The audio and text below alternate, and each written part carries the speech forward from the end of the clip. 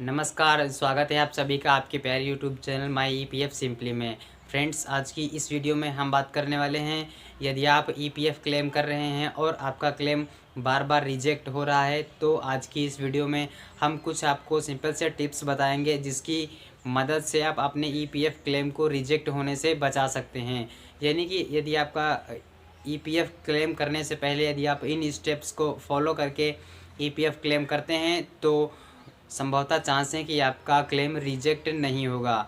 तो क्या हैं ये स्टेप्स, जानने के लिए बने रहें हमारे साथ इस वीडियो में।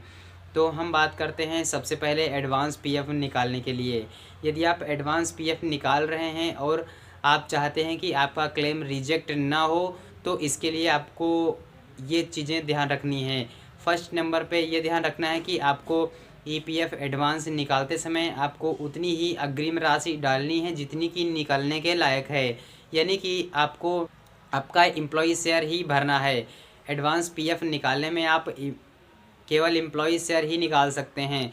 यदि आप 5 साल तक सर्विस करते हैं या कि फिर 5 साल के ऊपर सर्विस करते हैं तो आप employ share plus employer share दोनों निकाल सकते हैं।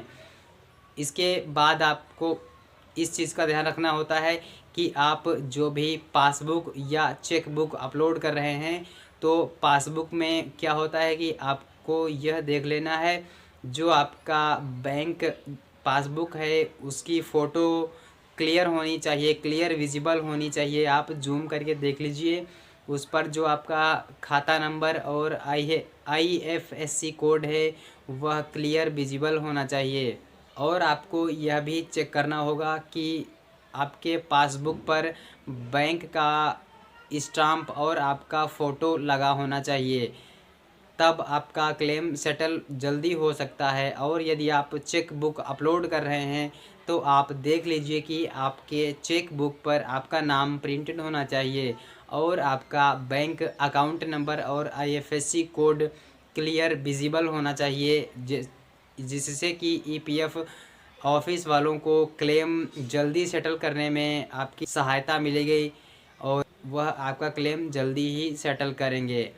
और यदि आप अब हम बात करेंगे full and final settlement PF निकालते समय आपको किन चीज़ों का ध्यान रखना चाहिए। तो फ्रेंड्स, सबसे पहले आपको एडवांस जब आप फाइनल सेटलमेंट करें तो फिर आप उसमें भी इन चीज़ों का ध्यान रखना होता है कि जब आप अपनी पासबुक अपलोड करें तो वहाँ पर आपकी फ़ोटो पासबुक पर लगी होनी चाहिए और बैंक का सिग्नेचर स्टाम्प लगा होना चाहिए, जिससे कि आपका क्लेम सेटल हो जाएगा।